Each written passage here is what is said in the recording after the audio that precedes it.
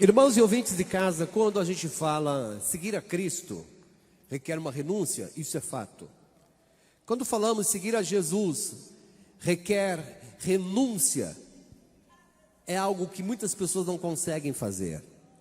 E quando falamos que também seguir a Cristo requer na nossa vida, alguns momentos nas nossas vidas, lutas, tribulações, angústias e até mesmo perseguições. Isso sempre houve, sempre existiu, nem Jesus ficou livre destas coisas. Você pensa que Jesus, irmãos, o Senhor Jesus, não passou por essas aflições? Passou por aflições e das pesadas. Mas eu acho lindo demais como Jesus se comportou diante dessa situação. Ele veio para cumprir uma missão. E o que ele deixou para nós aqui, o ensino muito rico. Se nós queremos seguir ao Mestre, conhecê-lo melhor, nós temos que seguir o seu exemplo. O exemplo de um homem santo, exemplo de um homem que deixou para nós passagens na Bíblia, e isso nós também podemos aproveitar para o nosso dia, para o nosso momento, até mesmo para as nossas tomadas de decisões. Talvez possamos achar que somos já adultos e temos condições de tomar nossas próprias decisões, e muitas vezes as nossas decisões não são decisões acertadas. Tomamos decisões pelo momento, tomamos decisões por uma revolta, tomamos decisões erradas, e muitas vezes pode faltar em nós também a paciência para esperar inteiramente no Senhor, achando que Ele está demorando, está atrasando. O Senhor não demora e não atrasa, Ele chega na hora certa. E se Ele chega na hora certa, cabe a nós pedir a Deus paciência para que a gente venha suportar e esperar nele. Porque o tempo de Deus é perfeito, a vontade de Deus é perfeita e a misericórdia dele se estende de geração a geração. Por isso que no versículo 16 fala claramente nesse ponto: por isso não desfalecemos, por mais que esse corpo sinta o cansaço, o enfado, que venha se corromper, que venha se enfraquecer, mas o interior, contudo, deve ser renovado dia após dia. E isso só nós vamos conseguir a renovação se nós conhecermos Jesus de verdade. Você pode dizer: irmãos, eu fisicamente estou bem, mas espiritualmente estou um fracasso. Então isso vai refletir no seu físico. Se você não está bem na sua vida espiritual, na sua comunhão com Deus, isso vai refletir no seu exterior. E é grave isso que a gente tem acompanhado nos últimos dias. Pessoas que são abastadas, têm tudo na vida financeiramente falando, mas espiritualmente está um fracasso. E quanto menos você espera, fica sabendo a notícia que esta pessoa tirou a própria vida. O que leva uma pessoa para cometer o suicídio? Podemos resumir: falta de Deus, falta da presença do Senhor. E isto muitas vezes a gente chega num determinado ponto que a gente nota que o ser humano, exteriormente, ele pode até mesmo passar um certo momento de tranquilidade, mas lá sós, quando ele está só, ele sente o vazio, sente aquela tristeza, angústia. E tem dia, meus irmãos, que os problemas são tantos que vêm nos afrontar.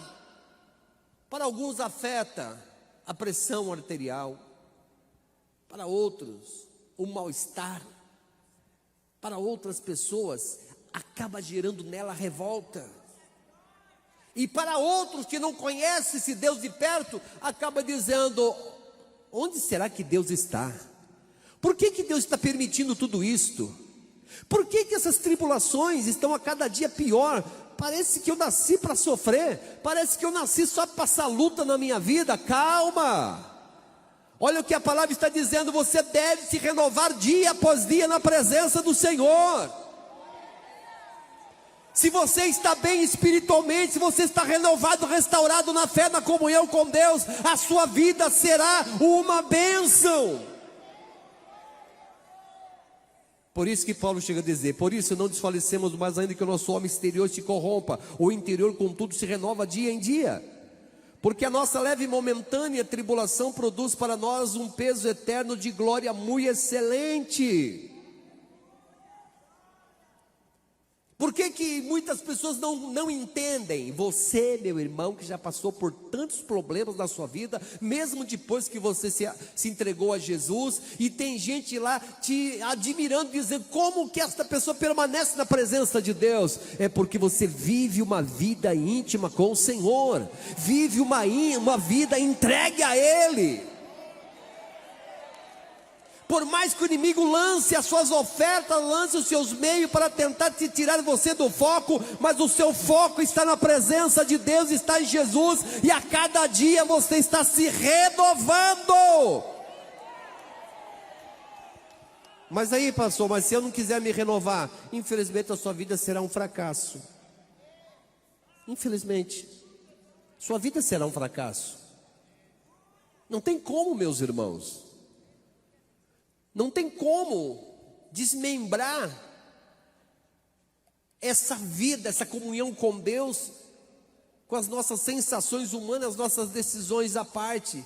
Ela é vinculada, ela está enraizada.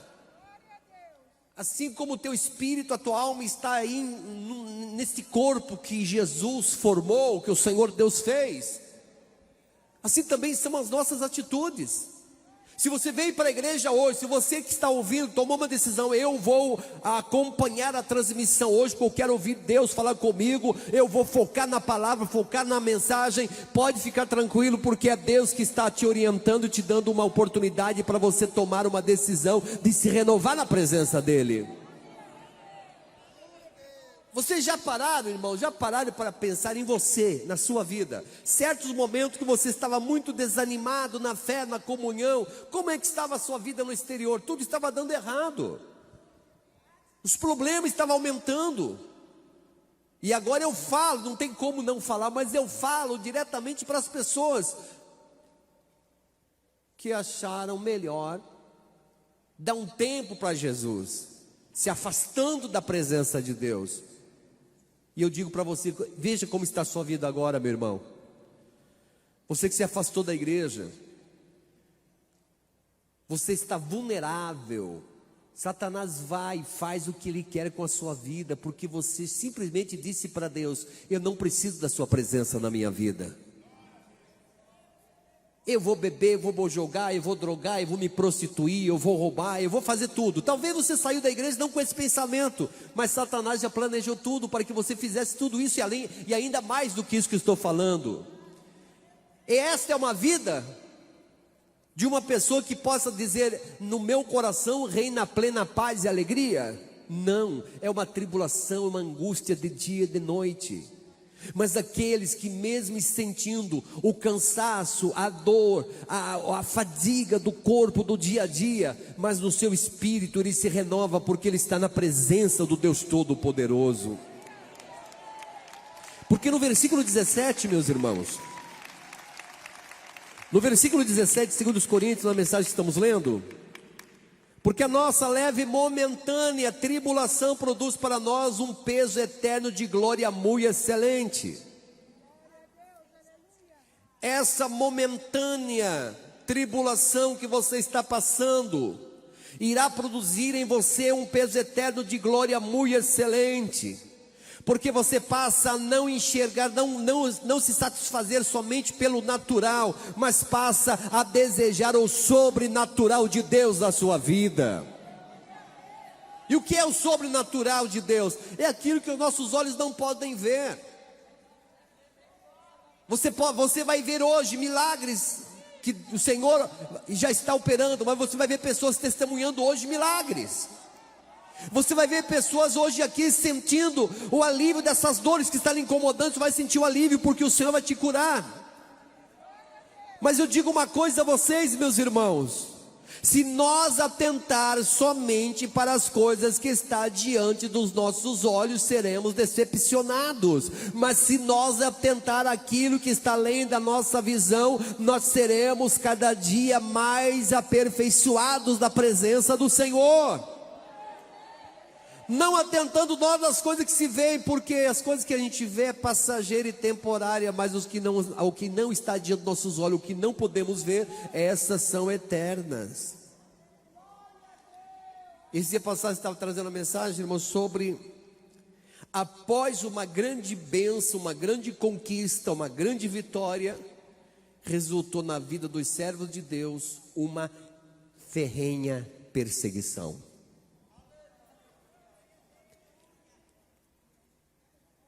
E a gente vê, meus irmãos, Deus revelando a Paulo, numa visão, os irmãos da Macedônia dizendo: passa a Macedônia e vem nos ajudar.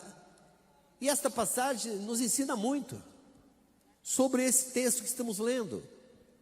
Paulo e Silas vai até a casa da irmã Lídia, se hospedam lá. Há milagres, manifestação e poder de Deus. E como vários dias Paulo estava na casa da irmã Lídia, o que aconteceu? O povo começou a ser atraído até a casa para receber as orações e ouvir a mensagem, a palavra do Senhor através de Paulo. Porque a mensagem dele era levar a palavra do reino de Deus. Só que num dia daqueles chegou uma moça possuída por um espírito, dizendo: este homem é o enviado do Deus Altíssimo. E isso se repetiu por vários dias, ao ponto de Paulo ficar incomodado. E Paulo, discernindo, expulsou o demônio que estava no corpo daquela jovem. Só que aquela jovem trazia muita renda, muito lucro para aqueles que andavam, para aqueles que o aproveitavam do espírito de adivinho que habitava na vida daquela moça. É claro, o demônio sai da vida da jovem, ela já não tem mais as adivinhações. E aqueles que ganhavam em cima disso ficaram revoltados com Paulo e entregaram diante das autoridades, o açoitaram, o maltrataram, o prenderam. Talvez Paulo podia dizer para Silas: poxa, depois de uma bênção tão grande como esta, era para o povo estar aplaudindo o nome de Jesus, nós estamos aqui presos, fomos açoitados, porque viemos trazer as boas novas do reino de Deus. Então não pensa você, irmão, se você é crente em Jesus, salvo em Cristo Jesus, você vai passar por tribulação de um jeito ou do outro, você vai passar. Você vai ser perseguido, você vai ser perseguido. Mas o que a Bíblia está dizendo aqui, meus irmãos, que essa leve, momentânea tribulação produz para nós um peso eterno de glória muito excelente. E a ordem para o carcereiro dizendo: olha, cuida bem de todos esses presos, principalmente desses dois aí. Mas lá, à meia-noite aproximadamente, estavam lá Paulo e Silas louvando a Deus, e a Bíblia diz que a terra lhe tremeu. Deus mandou um terremoto, e todos que estavam presos ficaram livres. Ficaram livres, mas a ordem para o carcereiro era cuidar. Mas como que ele ia cuidar? Não tinha como evitar o terremoto. E ele falou: eu vou tirar a minha própria vida, porque eu tinha uma ordem para guardar a todos, agora todos aí estão livres devido ao terremoto e tal. E Paulo dizendo: não faça tal coisa, porque todos nós estamos aqui. E aquele homem trêmulo chega nos pés de Paulo dizendo: que farei para ser salvo? E Paulo diz: crê no Senhor Jesus, será salvo tu e a tua casa. Por que eu estou trazendo esta passagem bíblica? Porque está na Bíblia, porque está na Bíblia Sagrada. Quem concorda comigo que a Bíblia Sagrada é a palavra de Deus, levante a mão. Então, não tem como você questionar essa verdade. Paulo foi, pregou, ganhou muitas almas para Jesus, foi preso, foi maltratado, foi espancado, mas a graça de Jesus, a presença do Espírito Santo sobre a vida dos dois, fizeram eles superar as dores, louvar ao Senhor, e Deus deu a ele um grande mover de Deus ali sobre aquele local, deu um tremor, um terremoto. E quando as autoridades ficaram sabendo, Paulo entra na sua defesa dizendo: vocês nos bateram, vocês nos maltrataram, e eu sendo romano. Para que Paulo falou isso? Todo mundo ficaram com medo. Falou: não, a gente não vai sair numa boa não aqui. Vocês fizeram isso, nos maltrataram, nos prenderam sem julgar a nossa causa. Agora vocês têm que vir aqui e se retratar conosco. Irmãos, o inimigo da nossa alma, ele sabe o quanto você é protegido pelo Deus poderoso. Mas somente Ele vai conseguir te derrotar se você virar as costas para Deus. É o único meio para uma derrota na vida de um crente, é ele rejeitar o Filho de Deus. Mas eu sou crente, irmão, como que eu vou rejeitar então, meu irmão? Pelas suas obras, pela sua maneira de viver, pelo seu comportamento, pela maneira que você está fazendo ultimamente. Você não tem congregado, não tem orado, não tem se dedicado a Deus, tem colocado outras prioridades sem ser Jesus na sua vida, e Jesus é a nossa prioridade.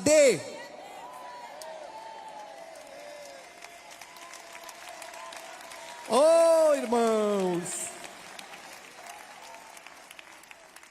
Aí vem os irmãos falando: mas Deus é amor. Claro, concordo. Deus é amor.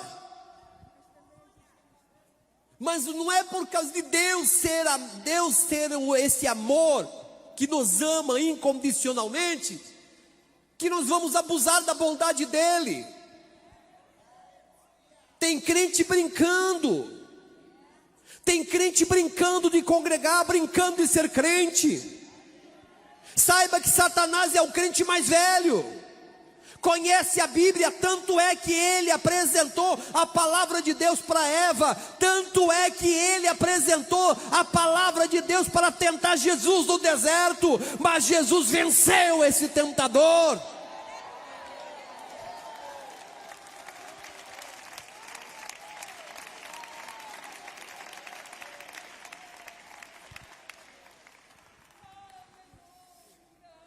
E quero trazer mais uma passagem para vocês, irmãos, de um grande homem de Deus. Um homem que o Senhor Deus falava com ele, prometeu a ele de tirar o seu povo do Egito. Todos conhecem a passagem, mas talvez você não se recorda. Em Deuteronômio capítulo 3, versículo 23. Moisés chega a orar a Deus dizendo: Senhor, olha como que Moisés inicia a oração.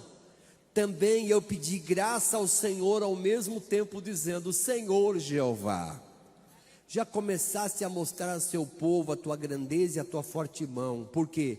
Que Deus há nos céus e na terra que possa obrar segundo as suas obras, segundo a sua fortaleza. Sabe que Moisés chega nesta oração na presença de Deus dizendo: Senhor, tu é bondoso, é maravilhoso. E depois de toda essa introdução no início da oração, ele vai no versículo 25 dizendo: rogo-te que me deixes passar para que veja esta boa terra, que está além do Jordão, esta boa montanha e o Líbano. O que Deus tinha falado para Moisés? Moisés, você não vai entrar na terra prometida. Eu já pedi para você enviar 12 espias, você enviou. Você viu os frutos, você provou do fruto. Mas você não vai entrar na terra prometida. Aí Moisés vem com esta oração: Senhor Jeová, já começaste a mostrar a teu povo a tua grandeza e a tua forte mão, porque que Deus há nos céus e na terra que possa obrar segundo as tuas obras, segundo a tua fortaleza. Rogo-te que me deixes passar, para que veja a boa terra que está além do Jordão, a esta boa montanha e o Líbano. Porém, o Senhor se indignou muito contra mim. O Senhor Deus ficou indignado com Moisés, dizendo: Moisés, eu já falei, não fale mais nesse negócio, chega. Não toque mais nesse assunto. Quando alguém dirige esta palavra para você, meu irmão, como que você se comporta? E aqui não estamos falando de um homem para com Moisés, estamos falando do Deus para com Moisés. Eu sei que você quer entrar na terra prometida, mas eu falei que você não vai entrar e ponto final. Não toque mais nesse assunto. Olha o que diz o versículo 26. Porém o Senhor indignou-se contra mim por causa de vós, e não me ouviu. Antes me disse: basta, não me fale mais desse negócio. O que Deus fala para Moisés: Moisés, olha, ponto final, assunto encerrado, mas você vai falar com esse povo. E vai passar as coordenadas para Josué, para ele direcionar esse povo para a terra prometida. Mas fale para esse povo. Aí Moisés aqui está dizendo para o povo: olha, por causa de vós, por causa da rebeldia de vocês, teve um momento que eu desobedeci a Deus, em alguns momentos. Vocês me deixaram aqui, olha, no extremo. Não estava confortável com nada, não estava satisfeito com nada. Vocês me deixaram na exaustão, eu acabei desobedecendo a voz do Senhor, e por causa de vós eu não vou entrar com vocês na terra prometida.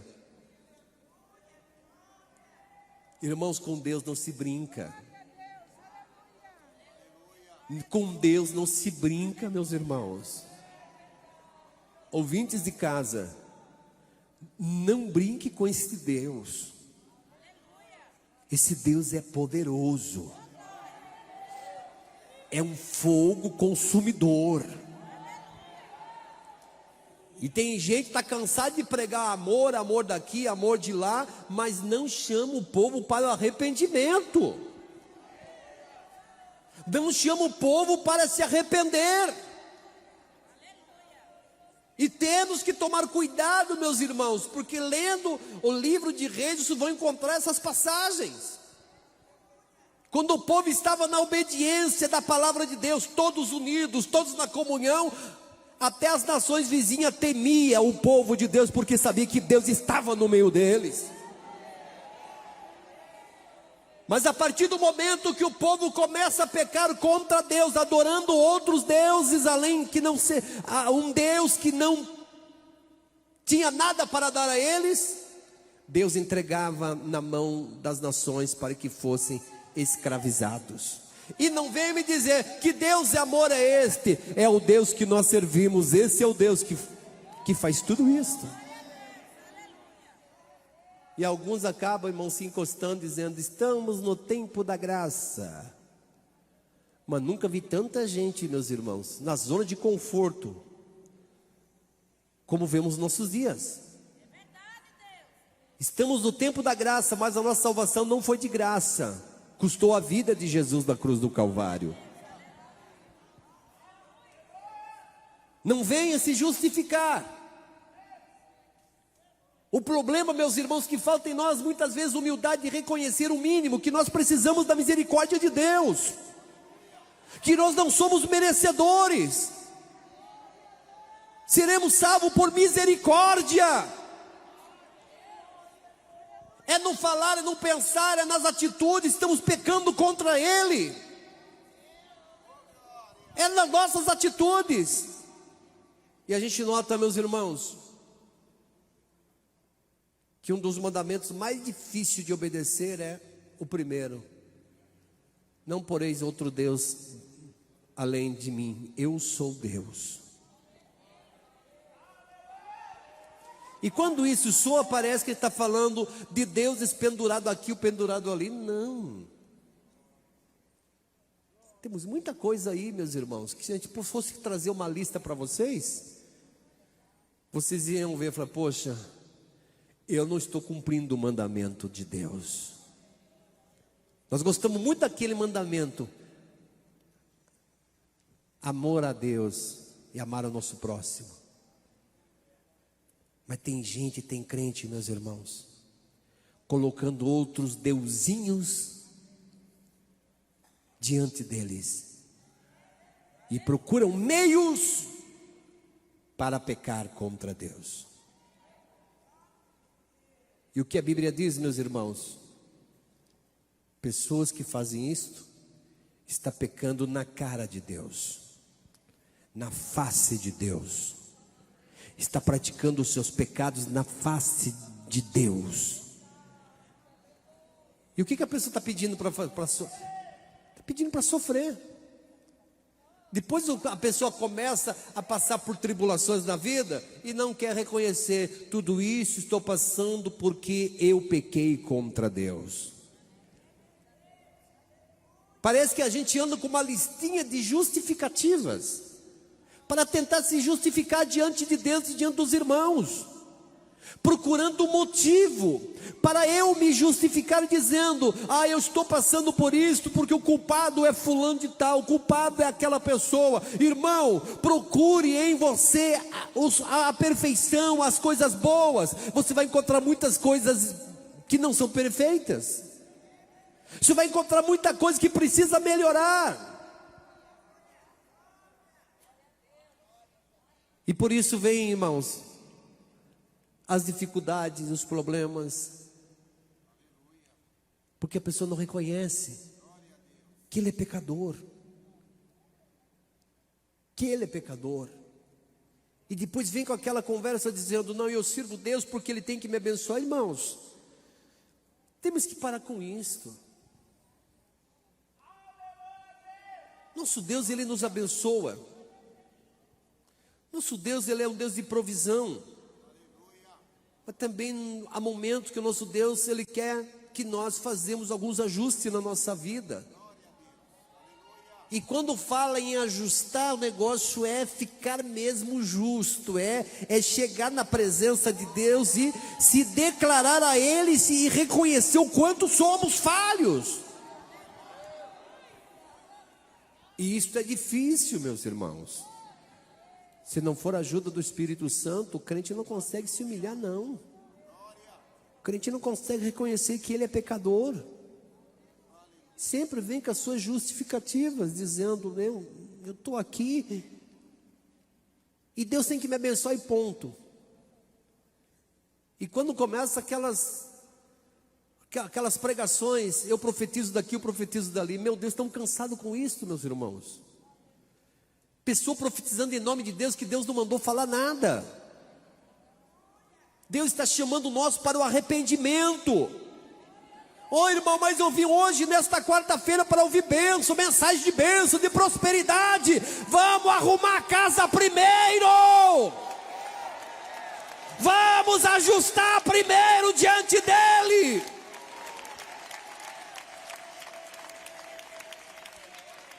Eu também queria trazer uma palavra, meus irmãos, que não fosse assim uma palavra de repreensão. Gostaria tanto de trazer uma palavra de bênçãos. Mas estamos aqui para ouvir não o que queremos, mas o que precisamos ouvir da parte de Deus. Então, crente que não quer passar luto, que não quer passar tribulação, ele não é um crente autêntico.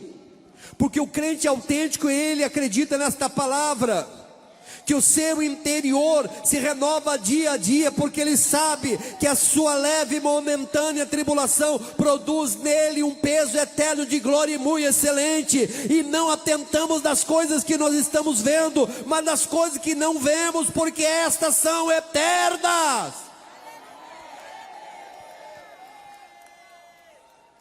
Falou em arrumar a casa, meus irmãos. A gente tem que sair da zona de conforto. Falou em ajustar e arrumar a casa. É a mesma coisa do preguiçoso falar: eu não gosto do trabalho, mas sou inimigo do trabalho. Não é a mesma coisa? Pessoas que só querem mandar, mas não movem nada. Pessoas que querem colocar um jugo pesado nos outros, mas ele quer somente cobrar. Está na hora de nós arrumar a nossa casa. Porque as tribulações vão vir. Nenhum de nós estamos isento disso, ouvintes. Nenhum de nós. Estamos isentos das lutas e das tribulações.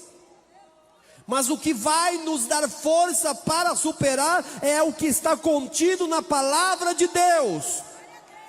Porque essa tribulação é momentânea.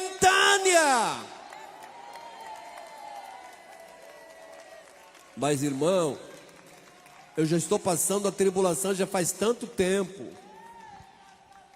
Faz tanto tempo que eu estou passando uma luta e parece que nunca se acaba. É porque você estava precisando ouvir esta palavra. Estava precisando ouvir esta palavra, essa mensagem do Senhor. Irmãos, a gente tem a Bíblia, mas a gente não aproveita ela. Me desculpe a franqueza, meus irmãos.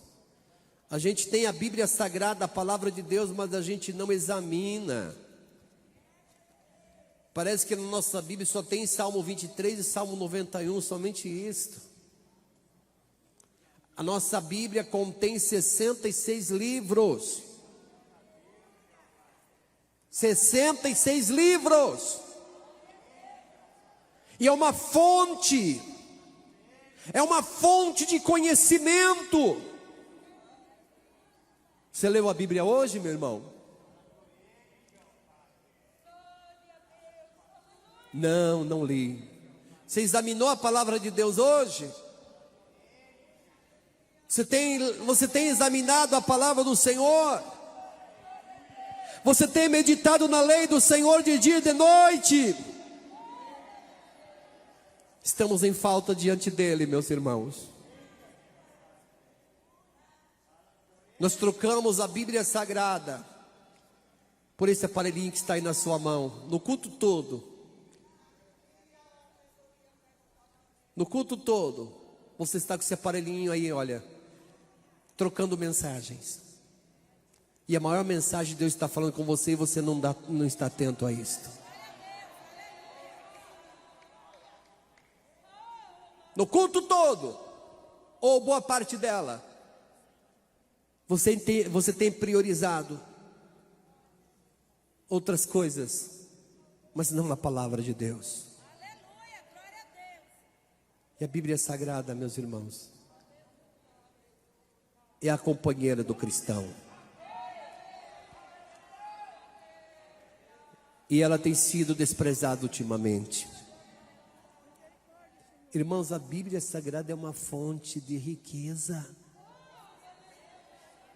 Tem tudo aí para você ser uma bênção. Não precisa correr atrás de profeta, não. A maior profecia você já tem na sua mão, a palavra de Deus. Não precisa, meus irmãos, correndo de um lado para outro. A palavra de Deus está na sua mão. Entra no propósito para examinar, aproveitar tudo que você tem direito da palavra de Deus que está aí na sua mão. E a gente vê crentes que estão há tantos anos na igreja e ele desconhece essa passagem. Se ele está passando tribulação, é porque ele está em pecado. Se ele fica doente, é porque ele está em pecado. Se ele está sendo perseguido, é porque ele está em pecado. A gente resume tudo no que é pecado. Mas a Bíblia está falando totalmente diferente nesses 3 versículos. Por isso, não desfalecemos, mas ainda que o nosso homem exterior se corrompa, o interior contudo se renova dia em dia. Porque essa nossa leve e momentânea tribulação produz para nós um peso eterno e de glória muito excelente, não atentando nós às coisas que se veem, mas para as que se não veem, porque as que se veem são temporais, e as que não se veem são eternas. São eternas. É que a gente está acostumado, irmãos. Eu só creio naquilo que eu posso ver e tocar. Mas como estas pessoas, o Senhor vai agir. Não para pior, não para o mal, mas vai agir para que você possa provar essa bondade, essa grandiosidade que é a presença de Deus na nossa vida.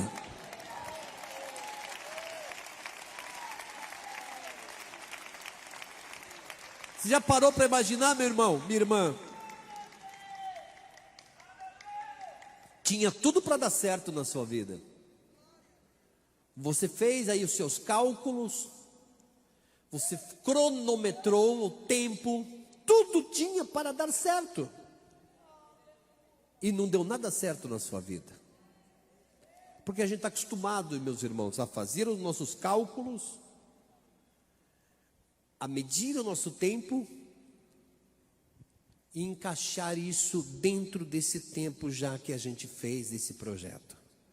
Mas quando entendemos que essas coisas são temporais, nós passamos a buscar as coisas que estão além da nossa visão, além dos nossos olhos. E isso somente os crentes espirituais entenderão. Somente os crentes que tiveram um verdadeiro encontro com Deus vão entender. Os nossos irmãos sofreram tanto. Nossos irmãos sofreram tribulações, irmãos, tribulações piores do que nós. Essa Bíblia, essa palavra de Deus que está na nossa mão, muitos irmãos morreram, foram condenados à morte, mas não negaram o nome de Jesus. E eu posso falar para vocês, sem exagero, que nós somos o fruto do sangue derramado de muitos irmãos por amor a Cristo. Somos frutos também do sofrimento, do sacrifício de Jesus. Ele morreu por nós, derramou o sangue dele, para que nós pudéssemos estar aqui mais cheios do Espírito Santo, glorificando e agradecendo ao Senhor.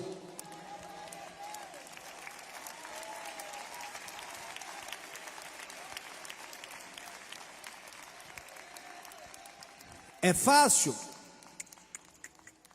É fácil? Não. Tem dia que vai doer mais.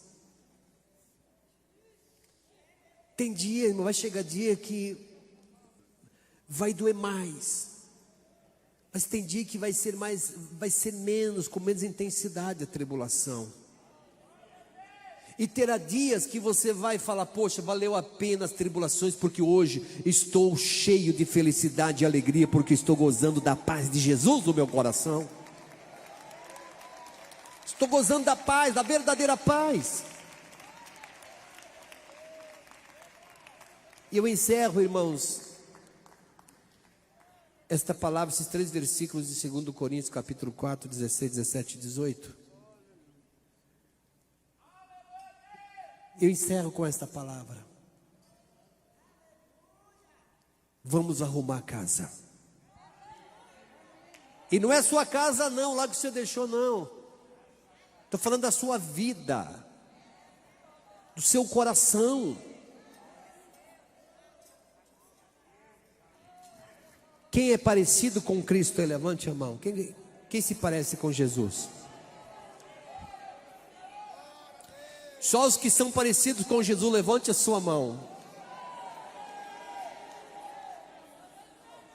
Aí não, eu quero ver, mais uma vez. Quem se parece com Jesus, levante a sua mão.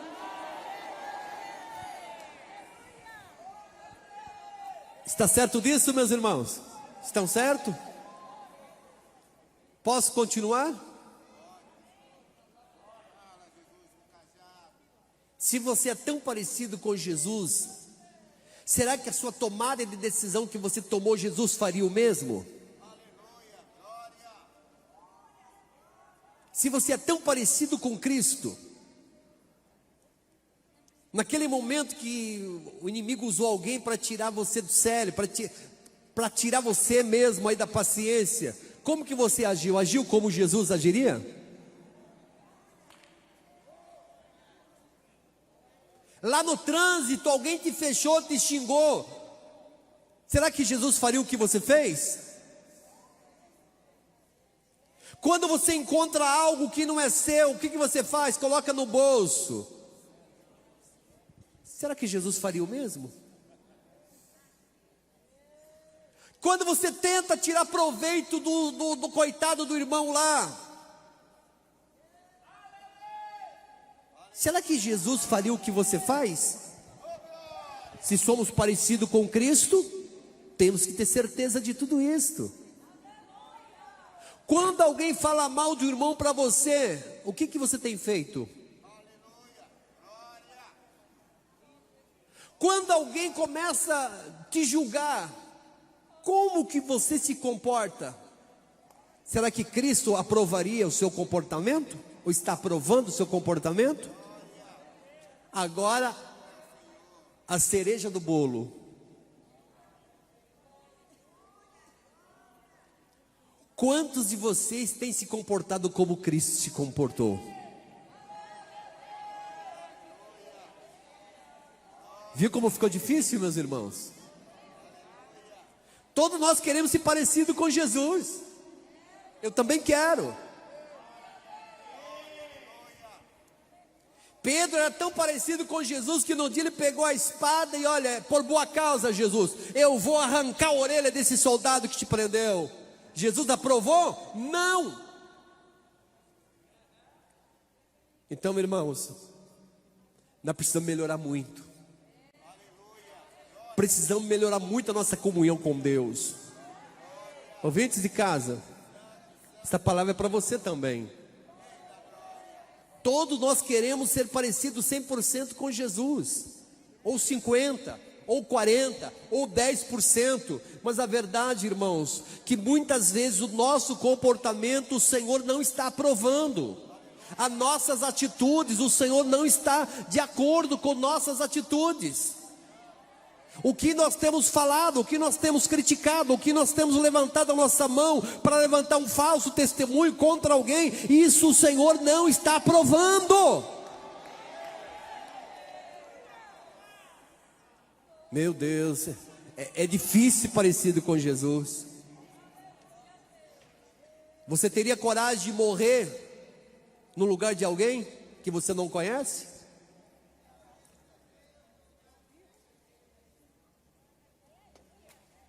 Teria coragem de fazer esse sacrifício? Agora eu lanço a pergunta de novo: quem é parecido com Jesus? Levante a mão. Diminuiu assustadoramente. Por isso que precisamos arrumar nossa casa, meus irmãos. Vamos ajeitar a casa direitinho para dizer: Senhor, a casa está arrumada, agora o Senhor é o hóspede, o Senhor é o morador desta casa, o Senhor é o que vai residir nesta casa. Amém? Irmãos, nós como seres humanos, o qual eu estou incluso também, quando um irmão começa a agir totalmente fora da direção de Deus, da vontade de Deus, e começa a dar escândalo, isso nos entristece sendo seres humanos. Imagina o Senhor Jesus como ele se sente. A igreja de Cristo, a noiva do Cordeiro, aquela nós que fomos pagos por um alto e bom preço, o sangue de Jesus.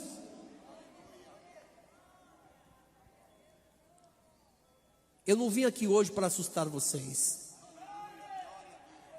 E muito menos estava aqui um esboço bem feito aqui para falar sobre isso para vocês. Eu não preparei nada disso para falar para vocês, irmãos. Mas o real da história é que nós estamos aqui hoje é para ouvir não o que queremos, mas o que precisamos ouvir. Não importa a igreja que você congrega, não importa de onde você veio, mas você é de Deus e Ele não vai abrir mão de você. Mas a ordem é arrumar a casa.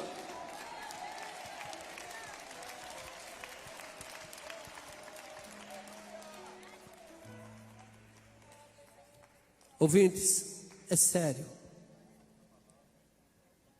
Não adianta conhecer Jesus de longe, nós temos que conhecer de perto. Pensa agora, reflita, meu irmão, reflita, ouvinte. O que você tem feito? O Senhor está aprovando? O Senhor está de acordo? Talvez a sua rebelião, a sua desobediência. E hoje você veio aqui para exigir de Deus a sua bênção, a cura, o milagre, a solução do seu problema. Mas quando Deus pede alguma coisa para você, você não faz. Se o Senhor está dizendo, arruma a sua casa, será que estamos a fim de arrumar a casa ou vamos empurrando com a barriga? Irmãos, esta igreja é de Deus e Deus não abrirá mão dela. E você faz parte desta igreja. O Senhor não vai abrir mão de você. Eu falo para o Senhor assim: se o Senhor olhar para os meus pecados, não terei possibilidade alguma de ser salvo. Mas se o Senhor olhar para a necessidade da minha alma, o quanto ela geme por vontade e desejo de Deus, que o Senhor possa encontrar no meu coração, e que isso possa trazer ao nosso Deus aquilo. Eu não vou desistir, embora que você seja cheio de falhas, mas dentro da sua alma você me deseja, e isto é o suficiente. Será que desejamos a Deus ardentemente, ou desejamos outras coisas? Não vou continuar, mas eu sei que o silêncio está deixando muita gente preocupada e pensativa agora.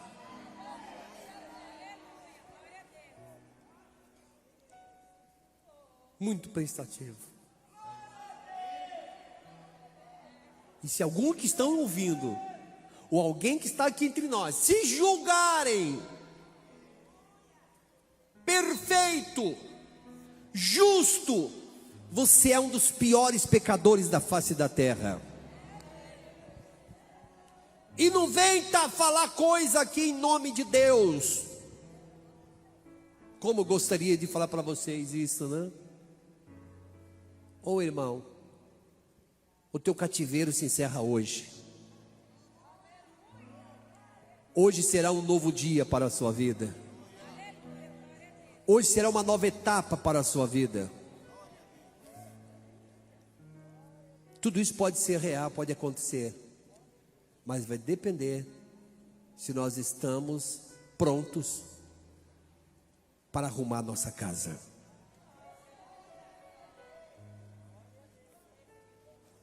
É muito sério, meus irmãos. Eu sei que tem pessoas aqui dizendo: não tem nada disso não. Mas se você sentir algum desconforto no seu físico, a primeira coisa você vai falar com Deus. A primeira coisa do ser humano é como lei de sobrevivência, de autodefesa. Primeira coisa ele fala: eu acredito num Criador, eu preciso dele agora para ter os meus problemas resolvidos. Tudo bem, o Senhor resolveu? Pronto, Senhor, muito obrigado, até a próxima. Mas os verdadeiros adoradores, os verdadeiros servos de Deus, ele diz: não, Senhor, do Senhor eu não largo nunca. Eu saio daqui hoje com desejo de voltar novamente para um culto. Eu saio aqui após esse culto, mas desejando mais e mais a sua presença.